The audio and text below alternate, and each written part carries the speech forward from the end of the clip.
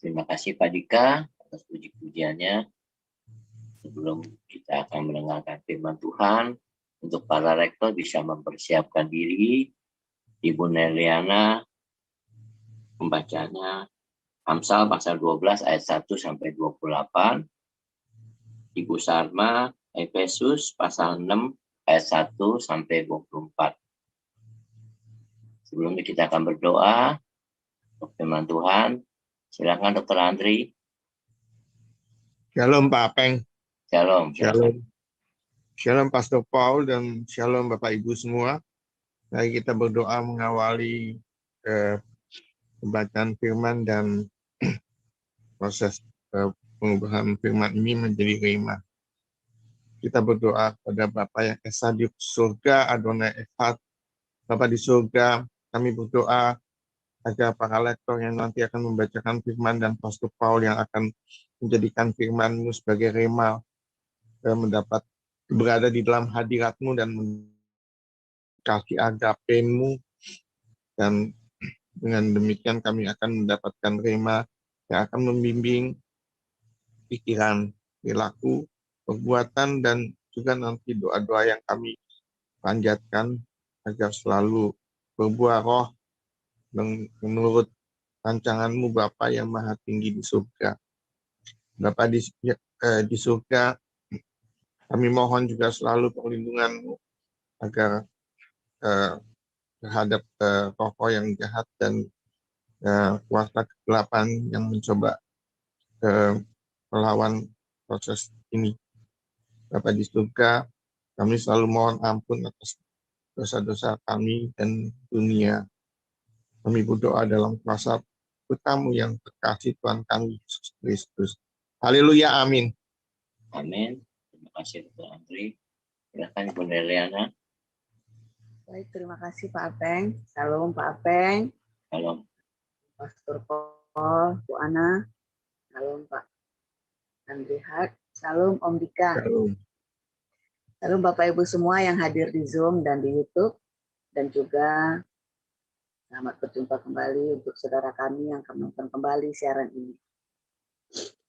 Marilah kita sama-sama baca firman Tuhan dari kitab Amsal 12 ayat 1 sampai 28. Demikian firman Tuhan. Siapa mencintai didikan, mencintai pengetahuan. Tetapi siapa membenci teguran adalah dungu. Orang baik dikenan Tuhan, tetapi si penipu dihukum. Orang tidak akan fasikan, tetapi akar orang benar tidak akan goncang. Istri yang cakap adalah mahkota suaminya, tetapi yang membuat malu adalah seperti penyakit yang membusukkan tulang suaminya. Rancangan orang benar adalah adil. Tujuan orang fasik memperdaya. Perkataan orang fasik menghadang darah. Tetapi mulut orang jujur menyelamatkan orang. Orang fasik dijatuhkan sehingga mereka tidak ada lagi. Tetapi rumah orang benar berdiri tetap. Setiap orang dipuji seimbang dengan akal budinya. Tetapi orang yang serong hatinya akan dihina. Lebih baik menjadi orang kecil, tetapi bekerja untuk diri sendiri, daripada berlagak orang besar, tetapi kekurangan makan. Orang benar memperhatikan hidup hewannya, tetapi belas kasihan orang fasik itu kejam. Siapa mengerjakan tanahnya akan kenyang dengan makanan. Tetapi siapa mengejar barang yang sia-sia tidak berakal budi. Orang fasik mengingini jala orang jahat, tetapi akar orang benar mendatangkan hasil. Orang jahat terjerat oleh pelanggaran bibirnya, tetapi orang benar dapat keluar dari kesukaran. Setiap orang dikenyangkan dengan kebaikan oleh karena buah perkataan, dan orang mendapat balasan daripada yang dikerjakan tangannya. Jalan orang bodoh lurus dalam anggapannya sendiri, tetapi siapa mendengarkan nasihat, ia bijak. Bodohlah yang menyatakan sakit hatinya seketika itu juga, tetapi bijak yang mengabaikan cemooh. Siapa mengatakan kebenaran, menyatakan apa yang adil, tetapi saksi dusta menyatakan tipu daya. Ada orang yang lancang mulutnya seperti tikaman pedang, tetapi lidah orang bijak mendatangkan kesembuhan. Bibir yang mengatakan kebenaran tetap untuk selama-lamanya, tetapi lidah dusta hanya untuk sekejap mata. Tipu daya ada di dalam hati orang yang merencanakan kejahatan, tetapi orang yang menasihatkan kesejahteraan mendapat sukacita. Orang benar tidak akan ditimpa oleh bencana apapun, tetapi orang fasik akan senantiasa celaka. Orang yang dusta bibirnya adalah kekejian bagi Tuhan, tetapi orang yang berlaku setia dikenannya. Orang yang bijak menyembunyikan pengetahuannya, tetapi hati orang bebal menyeru-nyerukan kebodohan. Tangan orang rajin memegang kekuasaan, tetapi kemalasan mengakibatkan kerja paksa. Kekhawatiran dalam hati membungkukkan orang, tetapi perkataan yang baik menggembirakan dia. Orang benar mendapati tempat penggembalaannya, tetapi jalan orang fasik menyesatkan mereka sendiri. Tidak akan menangkap buruannya, tetapi orang rajin akan memperoleh harta yang berharga. Di jalan kebenaran terdapat hidup, tetapi jalan kemurtatan menuju maut. Demikian pembacaan firman. Ya, terima kasih Bunda Eliana. Silakan Bu Salma. Baik, saya akan membacakan kebenaran firman Tuhan dari kitab Efesus pasal 6. Hai anak-anak, taatilah orang tuamu di dalam Tuhan, karena haruslah demikian. Hormatilah ayahmu dan ibumu. Ini adalah suatu perintah yang penting, seperti yang nyata dari janji ini, supaya kamu berbahagia dan panjang umurmu di bumi. Dan kamu, bapak-bapak, janganlah bangkitkan amarah di dalam hati anak-anakmu, tetapi didiklah mereka di dalam ajaran dan nasihat Tuhan. Hai hamba-hamba, taatilah Tuhanmu yang di dunia dengan takut dan gentar, dan dengan tulus hati, sama seperti kamu taat kepada Kristus.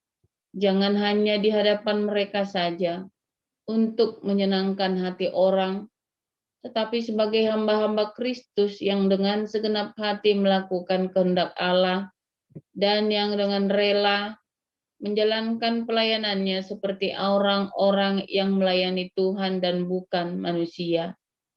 Kamu tahu bahwa setiap orang, baik hamba maupun orang merdeka, kalau ia telah berbuat sesuatu yang baik, ia akan menerima balasannya dari Tuhan. Dan kamu tuan-tuan, perbuatlah demikian juga terhadap mereka dan jauhkanlah ancaman. Ingatlah bahwa Tuhan mereka dan Tuhan kamu ada di surga dan Ia tidak memandang muka. Akhirnya, hendaklah kamu kuat di dalam Tuhan, di dalam kekuatan kuasa-Nya. Kenakanlah seluruh perlengkapan senjata Allah, supaya kamu dapat bertahan melawan tipu muslihat iblis. Karena perjuangan kita bukanlah melawan darah dan daging, tetapi melawan pemerintah-pemerintah, melawan penguasa-penguasa, melawan penghulu-penghulu dunia yang gelap ini, melawan roh-roh jahat di udara. Sebab itu, ambillah seluruh perlengkapan senjata Allah, supaya kamu dapat mengadakan perlawanan pada hari yang jahat itu, dan tetap berdiri sesudah kamu menyelesaikan segala sesuatu. Jadi berdirilah tegap, berikat pinggangkan kebenaran dan berbaju jerahkan keadilan. Kakimu berkasutkan kerelaan untuk memberitakan Injil damai sejahtera. Dalam segala keadaan pergunakanlah perisai iman, sebab dengan perisai itu kamu akan dapat memadamkan semua panah api dari si jahat. Dan terimalah ketopong keselamatan dan pedang roh, yaitu firman Allah, dalam segala doa dan permohonan. Berdoalah setiap waktu di dalam roh dan berjaga-jagalah di dalam doamu itu dengan permohonan yang tak putus-putusnya untuk segala orang kudus. Juga untuk aku, supaya kepadaku, jika aku membuka mulutku, dikaruniakan perkataan yang benar, agar dengan keberanian aku memberitakan rahasia Injil yang kulayani sebagai utusan yang dipenjarakan. Berdoalah supaya dengan keberanian aku menyatakannya, sebagaimana seharusnya aku berbicara. Supaya kamu juga mengetahui keadaan dan hal ihwalku, maka Tikhikus, saudara kita yang kekasih, dan pelayanan yang setia di dalam Tuhan, akan memberitahukan semuanya kepada kamu. Dengan maksud inilah ia kusuruh kepadamu, yaitu supaya kamu tahu hal ihwal kami dan supaya ia menghibur hatimu. Damai sejahtera dan kasih dengan iman dari Allah, Bapa dan dari Tuhan Yesus Kristus menyertai sekalian saudara. Kasih karunia menyertai semua orang yang mengasihi Tuhan kita Yesus Kristus dengan kasih yang tidak binasa. Demikian. Ya, terima kasih Bu Salma. Para Rektor, terima kasih. Kita akan mendengarkan dengan firman Tuhan pagi hari ini dengan tema hikmat keluarga. Silakan Pastor Paul. Oke, haleluya. Berbahagialah orang yang memperoleh hikmat, pengertian, dan pengenalan akan Tuhan. Luar biasa firman Tuhan ya, setiap hari, baru setiap hari. Bentar, saya nyalakan videonya. Saudaraku, luar biasa pembacaan kita hari ini. Ya, dari semua kelas kita, kelas evangelis, kelas apologetik, nanti kita muaranya di kelas apostolik. Ini kita belajar tentang keluarga, saudara. Di kelas apostolik kita banyak belajar tentang keluarga. Ya, dari pernikahan, tentang seks, tentang mendidik anak. Kita belum sampai mendidik anak ya. Wah, nanti tuh rame tuh diskusinya tuh mendidik anak tuh. Dari kelas ke kelas ya, ini sudah angkatan kelima apostolik ya. Kita tentang mendidik anak ini memang banyak versi ya. Tetapi kita mau mendidik anak yang sukses, saudara. Sukses itu dari keluarga ya. Saya nggak berkata bahwa sukses itu uangnya banyak. Sukses itu bukan karirnya dia mentok bisa jadi presiden, jadi menteri, jadi direktur. Enggak ya. Holistik semuanya, saudara. Namanya sukses itu dia tidak kurang makan, ya. Hidupnya berdampak buat sesamanya. Dan keluarganya utuh, mengasihi semua. Anak-anaknya bahagia. Itu namanya sukses ya. Dan dia banyak sekali menjadi berkat, bermanfaat bagi sesama juga. Itu namanya sukses dalam Alkitab ya. Selalu pemulihan pribadi, pemulihan keluarga, dan keluarga ini kemudian memulihkan komunitas, berdampak bagi komunitasnya.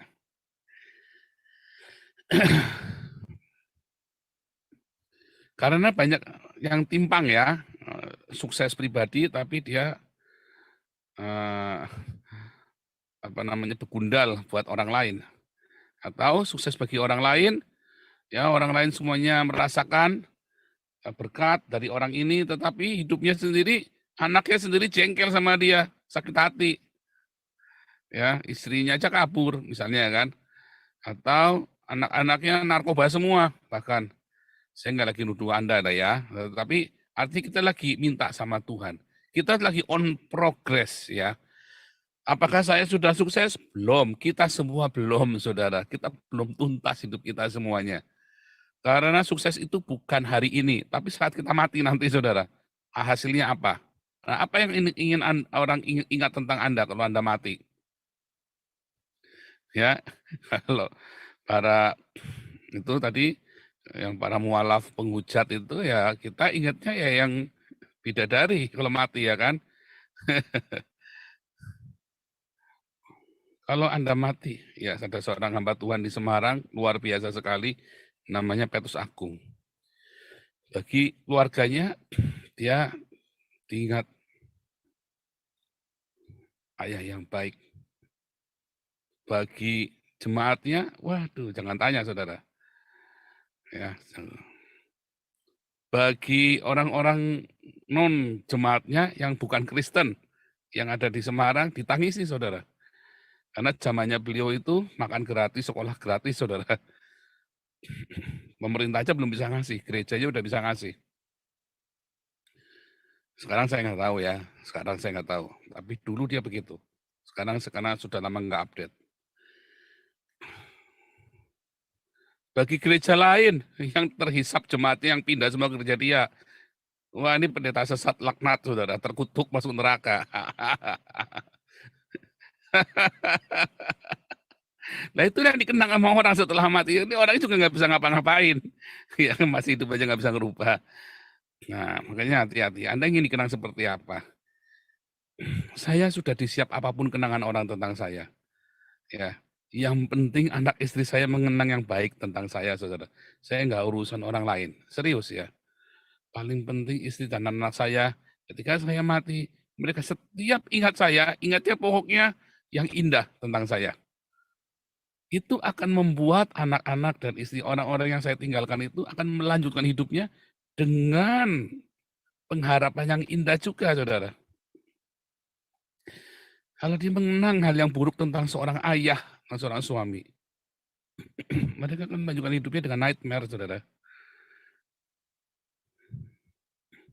Kalau orang lain kita tidak bisa cegah orang lain berpikir yang aneh-aneh tentang kita. Makanya pikir, nggak usah masukin hati. Kenapa? Nggak usah masukin hati. Ya karena orang lain kan nggak tahu kita, saudara, sih bodoh amat. Itu saran saya. Ya, jadi kalau ada orang berpendapat yang tidak baik tentang Anda, ya Anda bisa masa bodoh, bisa abaikan saja. Yang penting suamimu, istrimu, anakmu, orang tuamu berpikir apa tentang kamu. Karena mereka yang paling kena dampaknya, saudara. Ya, saya nggak nyuruh Anda jadi orang dablek loh ya, enggak loh ya. Tapi saya lagi menyuruh Anda, ya jangan sensitif terhadap omongan orang. Orang itu ngomong nggak ada selesainya. Orang itu ngomong nggak ada selesainya. Ya, kayak saya ini, ya kalau menurut saya ini kurang apa? Ya diomongin orang yang macam-macam, saudara, tetap. Ya bodo amat. Iya kan? Ya kalau gitu makanya diem saja, ya udah. Kalau nggak mau berkarya, ya diem saja. Karena saya berkarya, produce something, orang mengenal saya, ya orang ngomongin saya. Nah, nasihat saya buat Gilbert dulu ya, kalau kamu nggak tahan diomongin, kamu jangan mainan media sosial. Apalagi kamu ngeritik orang lewat media sosial, wah bisa balik sekarang semua menghujat kamu. Saya selalu bilang dulu ya, waktu dia 1 bulan full setiap hari membahas saya gitu ya, nggerutu karena basernya saya katanya. Saya pikir basernya saya saja duitnya gaji dari pemerintah Belanda, uangnya aja dari pemerintah Belanda mau bayar baser, dasar goblok. Orang kadang-kadang memang mikirannya ya. Makanya jangan dengarkan omongan orang lain. Nggak tahan, saudara. Yang paling penting keluargamu dan pembantu rumah tanggamu, saudara.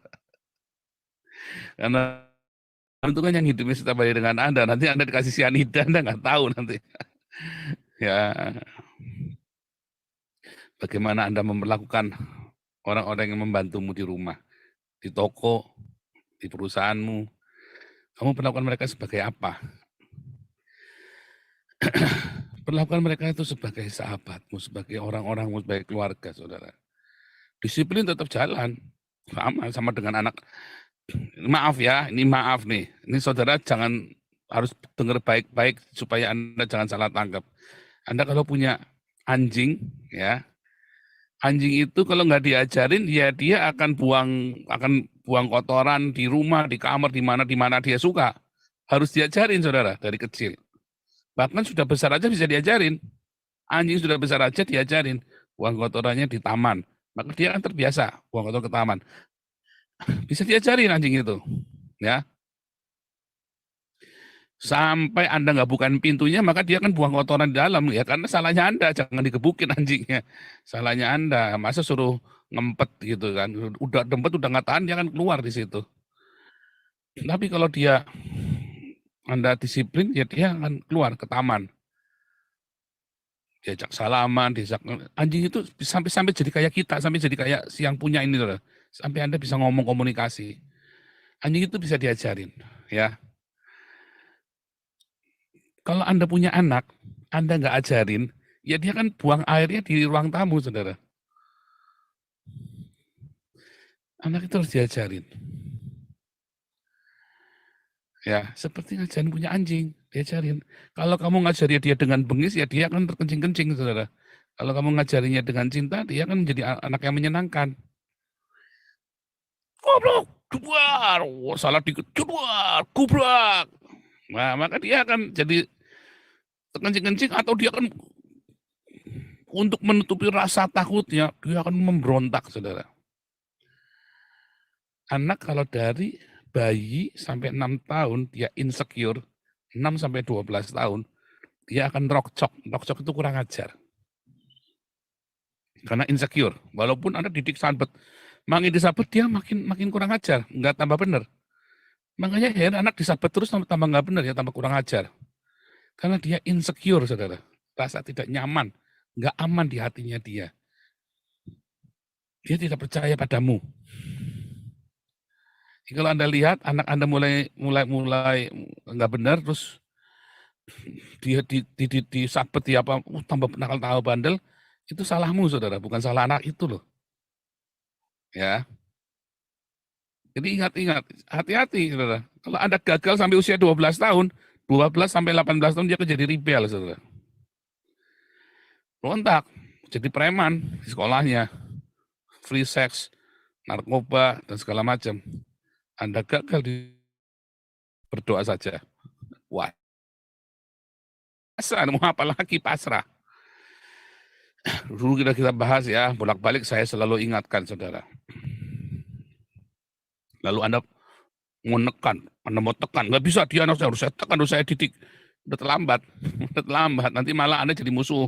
Kalau sudah jadi musuh, malah dia kabur dari rumah, pergi dari rumah, dia nggak mau dengarkan kamu sama sekali. Apalagi kamu sendiri tidak bisa jadi teladan di rumah tanggamu. Ya kan? Hati-hati loh ya. Hati-hati. Seringkali 90% itu kesalahan orang tuanya. Orang bule aja, orang-orang Belanda aja kadang-kadang nggak ngerti loh saya ngomong begini loh ya. Ya enggak lah, dia bela diri. Enggak lah, itu salah anaknya sendiri. Kan ada anak yang over. Enggak, mau anak itu ADHD, mau anak itu ADHD, mau anak itu apa ya, autis segala macam. Enggak, saudara. Kalau orang tua itu berhasil membuat anak itu secure, ya nurut. Ya maaf kata, anjing itu loh. Seperti anjing itu. Anjing itu kan nggak ngerti, saudara. Sampai kita kasih pengertian, dia merasa percaya dengan kita, ya kita suruh apa aja dia mau, saudara. Dia akan ngerti dalam kondisi-kondisi apapun dia akan. Tapi kalau kita tekan, gebukin terus, ya terkencing-kencing. Saya pernah lihat ada anjing labrador, ini ya kerong, ya serem gitu ya. Tapi apa namanya, setiap kali aku terbirit-birit, saudara. Sampai terkencing-kencing kalau datang gitu ya. Datang itu sampai berangkang gitu, sampai belakangnya ngesot gitu, sambil kencing-kencing dia, saudara. Oh, ini sering digebukin sama yang punya nih. Sering dipukulin sama yang punya. Dari kecil. kasihan, ya lucu kelihatannya, tapi ya terus begitu tahu orang, wah dia deketin orang takut-takut sambil terkencing-kencing. Wah, ini biasa digebukin ini pasti ini.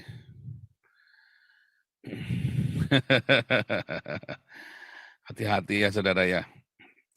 Anjing pun bisa diajari yang baik, bisa diajarin tanpa harus digebukin saudara. Semua itu ada caranya. Itu ya nasihat saya selalu sama anak saya. Sabar, semua itu ada caranya. Jangan dipaksa. Kalau kamu nggak mentok, diem dulu. Diem, jangan dipaksa, nanti rusak semua. Dicerobot, nggak bisa dicabut. Kamu diem dulu, kalau ditarik keras. Kamu cek dulu seberapa keras kamu narik. Nanti patah. Jangan dicolokin langsung pas, jangan, semua itu ada caranya. Mendidik anak pun ada caranya. Pernikahan pun ada caranya, nggak sembarangan. Oh lala bebe, kublak. Nggak bisa, saudara, enak aja lu. Nggak bisa. Orang saya mau nyetir mobil, mau punya SIM di sini aja belajar yang bayarnya 3.000 euro, saudara. Enak aja lu. Nah, memang di Indonesia apa-apa tinggal. Kalau di Indonesia begitu, saudara. Manca langsung genjot ya, GL kan, GL Pro, genjot langsung throttle. Ya gimana, memang begitu. Paksa semua segala satu kudu ada caranya saudara ya, ada caranya. Ada caranya. Nah, caranya dari mana saudara? Semua ada di dalam firman Tuhan saudara. Semua ada di dalam firman Tuhan. Firman Tuhan ngajari kita. Ya, dengan hikmat, dengan pengertian. Diajarin semua detail satu-satu. Tiap hari Anda belajar firman Tuhan. Ya, makanya metanoia itu penting, saudara. Anda nggak perlu tahu teori-teori seperti yang saya ngerti bisa merumuskan ini buat nitik pernikahan. Oh, ternyata firman enggak. Ketika Anda tiap hari cari Tuhan sungguh-sungguh, itu nanti Anda akan auto, saudara. Firman itu akan nyeting otakmu. Setiap kali Anda dengar firman Tuhan ini, setiap kali dengar, itu akan setting otakmu, saudara. Sehingga saya memang sedang berdoa sama Tuhan. Tuhan, kapan saya harus berhenti menyuarakan suara yang ngeri-ngeri kenabian ini, saudara. Soalnya kasihan yang saya gembalakan. Nggak heran semua pengurus di organisasi kita ya kayak saya, saudara, gubrak. Jangan, Tuhan, kasihan. Nanti ada saatnya kita gembalakan ya. Makanya saat ini kita perlu pasukan ya. Kita perlu orang-orang militan yang nggak tersinggungan, yang oke buat Tuhan. Sakit hati nanti urusan nanti, yang penting buat Tuhan. Ya karena orang-orangnya pasti kayak saya semua, ya saya orangnya kayak saya apa yang saya khotbahkan Anda dengarkan, ya sadar nggak sadar Anda kan seperti saya, ya kan? Kita kan saling bercermin satu sama lain. Saya juga ngerti ya, saya juga paham gitu ya, jadi saya tidak menyalahkan siapa-siapa, tidak menganggap yang lain juga lebih di bawah atau di atas, enggak begitu, karena ya saya sudah paham, ya itulah, kalian itulah cerminnya saya, semua. Tapi nanti ada saatnya kita harus berubah, siap-siap semuanya harus berubah. Saya juga mau berubah ya saudara ya, saya lagi tunggu Tuhan. Kapan Tuhan harus berubah, saya berubah. Nah saudara, tadi Amsal di Efesus bagus sekali ya. Pertama kali hikmat itu dimulai dari keluarga. Dari hubungannya equal. Nanti di dalam minggu ini saya ngajari ya pernikahan ya, bagaimana memilih jodoh ya, equal, satu yok saudara. Ya, kamu harus sepadan itu satu yok. Kerbau itu bukannya pendek satu. Kalau Anda ingin punya pernikahan yang berbahagia, ya tadi katakan suami istri, hubungan suami istri harus benar dulu, harus beres dulu saudara. Itu awal.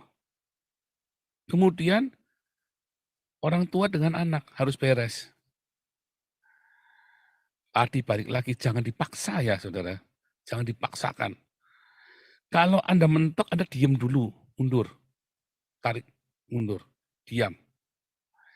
Ada bahasanya, kalau di itu ya dulu saya belajar itu ya, ada namanya room of error. Ada ruang untuk salah. Jangan gerak dikit salah, kita langsung tegur, langsung marahin, jangan. Nggak setuju, langsung konflik, jangan saudara. kita harus berikan setiap orang room of error. Room of error ya, ruang untuk bikin salah. Ada kalanya kita tidak boleh bikin salah sama sekali, saudara. Ya, kalau Anda Kopassus itu di lapang, wah setiap detik itu berharga, setiap detik itu, setiap action itu sudah direncanakan. Nggak boleh salah bubar semua, saudara. Bisa berantakan acaranya. Akurasi, ya, akurasi dan presisinya harus benar. Tetapi ya ada kalanya kita harus membiarkan room of error. Bukan kompromi ya. Kita tidak akan kompromi dengan dosa loh. Tetapi kita berikan room of error kepada istri, pada suami, pada anak, pada saudara kita buat salah.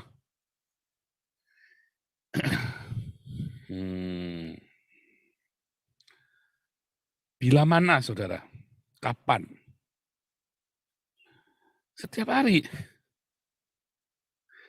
Karena keluarga itu bukan pasukan tempur, saudara.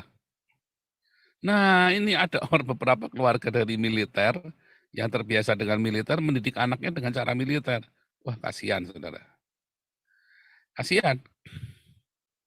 Dia pikir anaknya itu kayak anak buahnya, saudara. Ada ya, ada. Kelewatan sekali memang. Ada. Saya nggak berkatakan itu buruk, tapi dalam kadar tertentu jadi buruk loh, saudara. Apapun polamu, harus ada agape itu loh, saudara. Agape itu penting. Mungkin dia terbiasa disiplin, dia taruh disiplin tingkat tinggi di rumahnya. Tetapi harus ada agape itu. Agape itu, saudara. Cinta itu mengalahkan semua ya.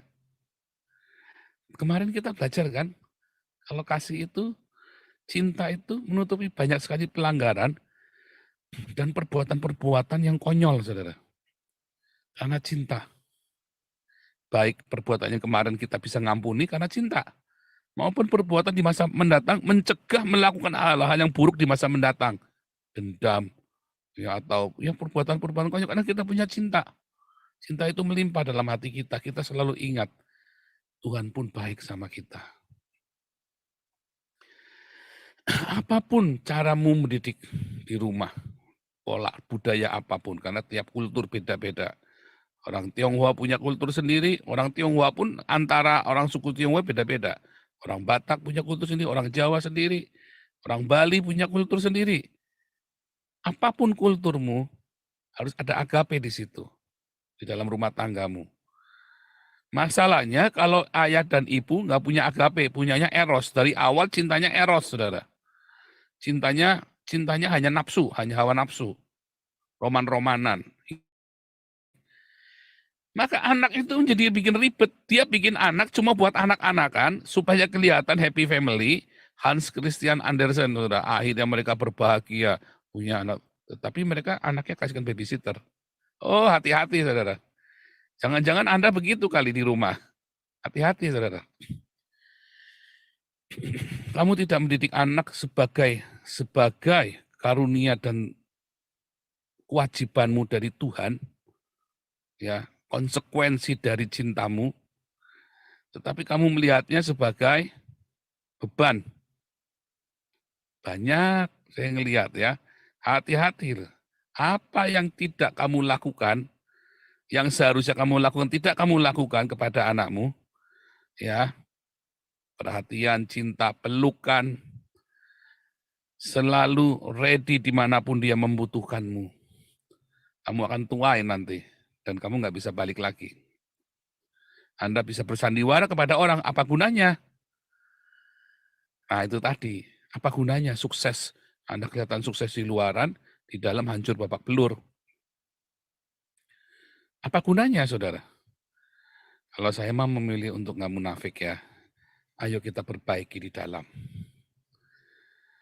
Kita miliki cinta.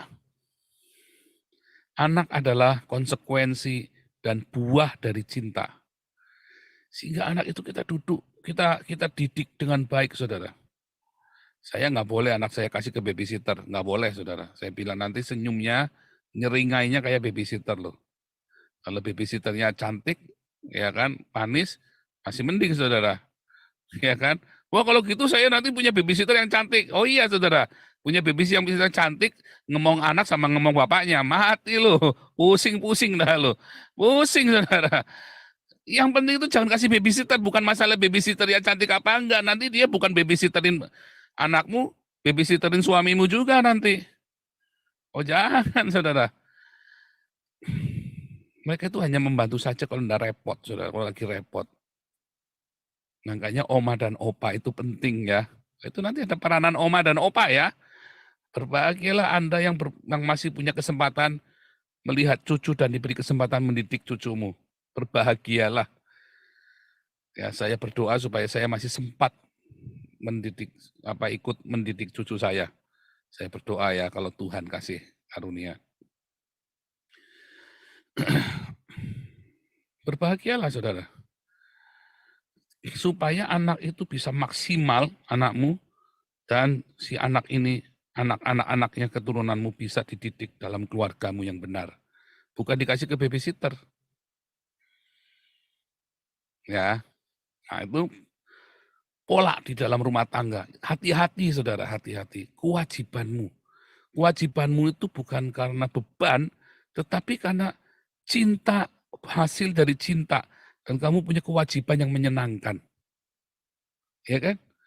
Sebab kalau kamu tidak lakukan apa yang harus kamu lakukan kepada anakmu hari ini, kasih sayang, perhatian, selalu tersedia ketika dia membutuhkan, kamu hilang, kamu akan kehilangan dia suatu hari. Nah, itu penting dulu, itu inti, saudara, itu penting.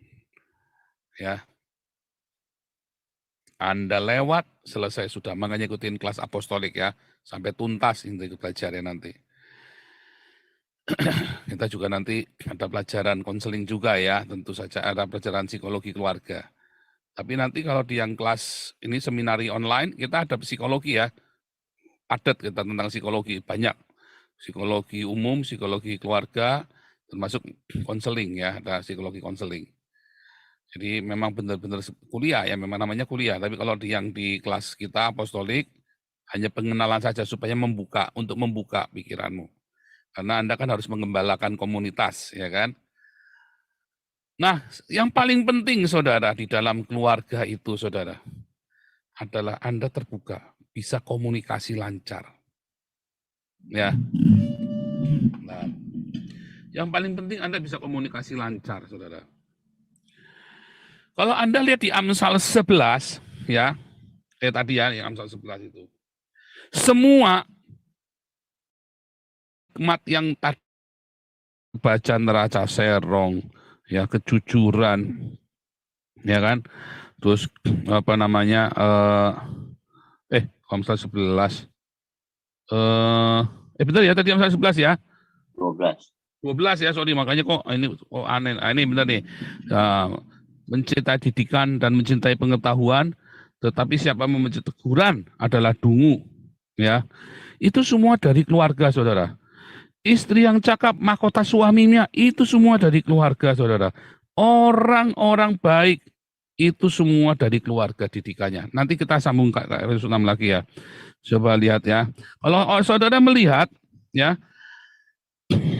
kemarin kita sudah belajar ya, Anda nggak bisa, sudah umur 70 tahun Anda bertobat, tiba-tiba Anda punya hikmat yang luar biasa. Nggak bisa, saudara.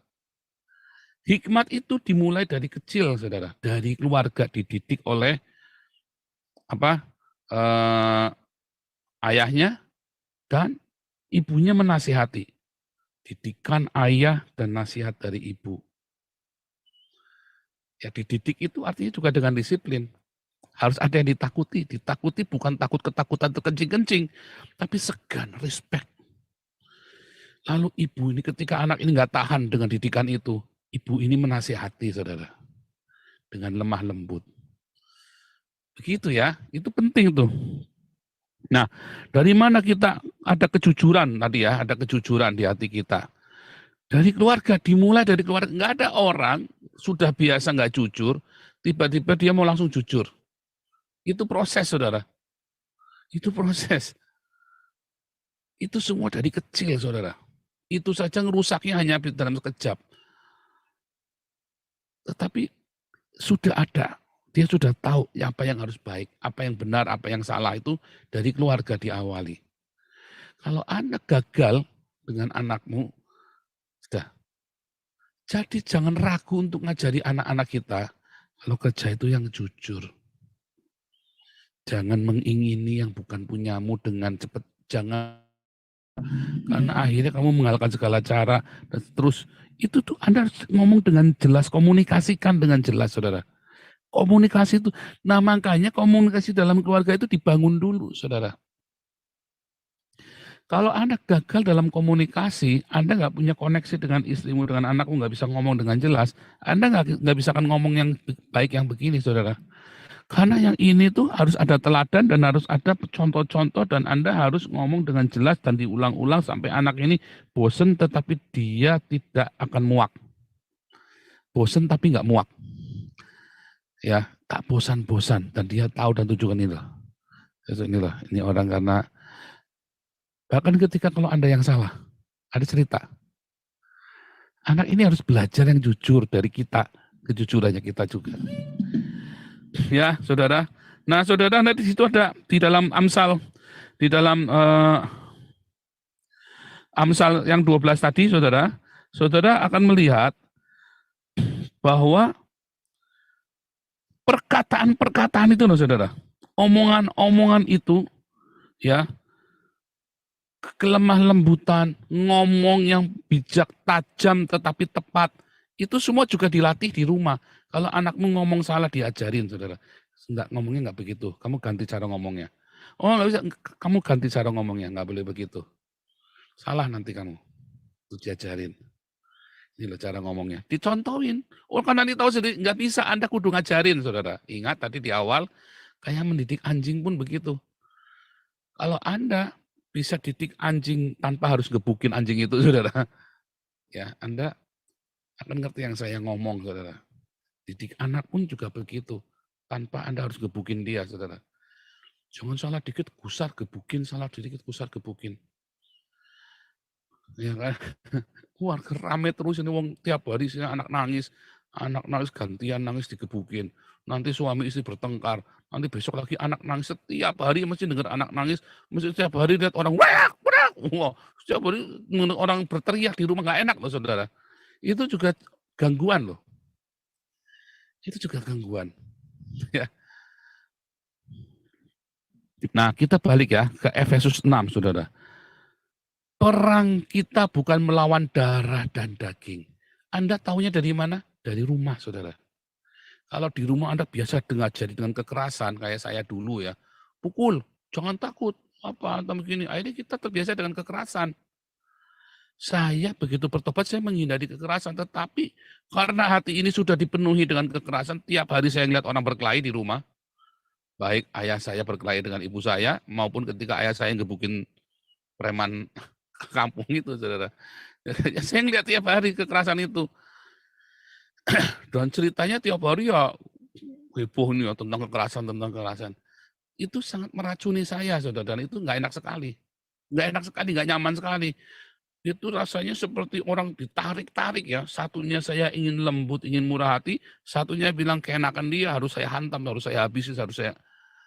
Akhirnya saya menderita. Sampai ketika saya dikasih kesempatan sama Tuhan buat nakal, saudara. Saya punya room of error, saya nakal. Saya lampiaskan itu ya. Semua angkara murka itu saya lampiaskan, tekanan-tekanan itu. Begitu sudah selesai, itu hilang, saudara. Keinginan-keinginan untuk keras-keras itu hilang, sama sekali nggak ada. Makanya kita kadang-kadang butuh room of error ya. Tetapi dalam room of error itu ketika Anda membiarkan istrimu, anakmu, atau suamimu salah, Anda harus watch. Jangan sampai salah yang membahayakan dia dan kita semua. Penting ya room of error, membiarkan orang itu bersalah. Tuhan itu kadang-kadang biarkan kita salah toh. Tapi tak sampai tergeletak. Ya kan? Ya biarkan pencobaan itu datang sama kita. Kita jatuh, tapi tak sampai tergeletak. 7 kali jatuh pun nggak akan tergeletak, tetap bangun, saudara. Karena dia melihat, kita biarkan anak kita tuh jatuh, jangan direwelin, jangan dibawelin. Tapi kalau jangan sampai dia tergeletak, saudara. Kita tungguin. Makanya ditungguin ketika anak-anak ini lagi dalam masa-masa pancaroba, kita tungguin, saudara. Cuma boleh ini diatur sedikit begitu bawa rumah bawa rokok disabet. Belum tentu dia yang rokok, mungkin temennya yang rokok. Akhirnya anak ini jadi nggak enak sama kita, jadi ruwet, jadi nggak karu-karuan, saudara. Biarkan kita ngomong. Kamu tadi nonton bokep ya? Kamu tadi ngerokok ya? Nah, kasih room of error, saudara. Ada penerimaan. Ya, istri bikin salah, suami bikin salah. Harus ada room of error, saudara. Endingnya, sebab peperangan kita itu bukan lawan darah dan daging. Tapi konsep-konsep yang salah, pikiran-pikiran salah. Roh jahat di udara itu apa sih, saudara? Bukan roh gentayangan ditengking-tengking, bukan, saudara. Seperti orang itu tengking, ini pedang roh, wah bikin pedang-pedangan. Dalam nama Yesus aku tengking. Bukan, saudara. Peperangan melawan penguasa-penguasa di udara itu adalah ideologi-ideologi, pengajaran-pengajaran, doktrin-doktrin, dogma-dogma yang sesat, saudara. Itu yang mesti kita beresin, itu mesti yang kita koreksi. Di saat itu kita perlu room of error. Supaya ada ruang untuk diskusi, ada ruang untuk kita bisa ngobrol. Kalau langsung jedek, dia akan nurut tanpa bertanya. Parah, saudara. Kita harus kasih kesempatan buat diskusi, buat tukaran pikiran, buat salah. Kalau semuanya langsung dibabat habis, nanti suatu ketika dia akan salah, tersesat, tanpa dia bisa balik, tanpa tahu salahnya di mana. Tapi dengan proses bicara, ngomong, terbuka satu sama lain, komunikasi, kita tahu, nak, yang kamu lakukan itu nanti bahaya, itu melanggar hukum. Ya, ada cara yang Tuhan lebih baik begini. Papa kuno nih. Misalnya saya gitu nih. Mama kuno nih. Kan begitu kan? Nah, kita mesti cari celah. Sebenarnya apa? Kitanya sendiri juga harus mengikuti. Makanya kita ini seperti membangun sebuah taman. Keluarga itu adalah sebuah taman. Endingnya adalah apa? Kita mau bikin Eden kan? Kita kan mau bikin menghadirkan Eden. Bukan Taman Eden, tapi Taman Eden. Bagaimana menghadirkan Taman Eden? Anda harus rawat setiap hari. Jangan dibiarin. Kalau mau bikin Taman Eden, ya biarkan saja apa adanya. Yang penting kita enjoy, suka-suka semua, jalan suka-suka, itu nanti jadi Taman Eden. Tapi kalau Anda ingin menghadirkan Taman Eden, Anda harus rawat tiap hari. Komunikasi, diskusi, room of yang salah, nggak apa-apa. Kadang-kadang yang salah itu, setelah Anda biarkan, ternyata nggak salah. Anda yang salah, bukan dia yang salah, jangan-jangan. Nah, itu perlu kita belajar, saudara. Ya, tiap hari belajar firman Tuhan dengan cinta. Mungkin Anda salah, tapi selama itu ada cinta, itu nanti bagus. Tuhan Yesus memberkati. Silakan.